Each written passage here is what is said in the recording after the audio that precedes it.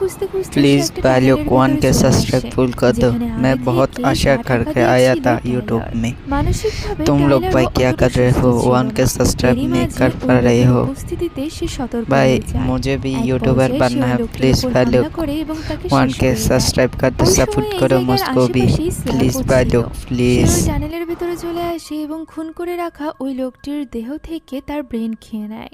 তখনই সে ওই লোকটির পকেটে ওই মেয়েটির ছবি পায়। সে যেন এই মেয়েটিকে চিনত।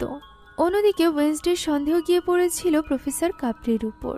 সে এখানে তাকে নানাবিধ প্রশ্ন করতে থাকে।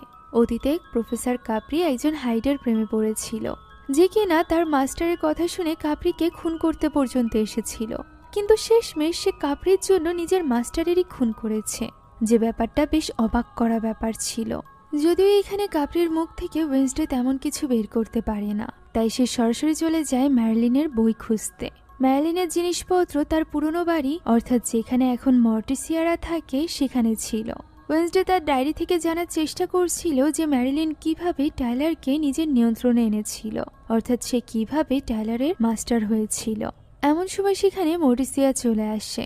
মর্টিসিয়া সেখানে আসতেই অনুভব করতে পারে যে তারা দুজন বাদেও এখানে কেউ একজন রয়েছে। তার ঠিক সেরকম অনুভব হতে থাকে যে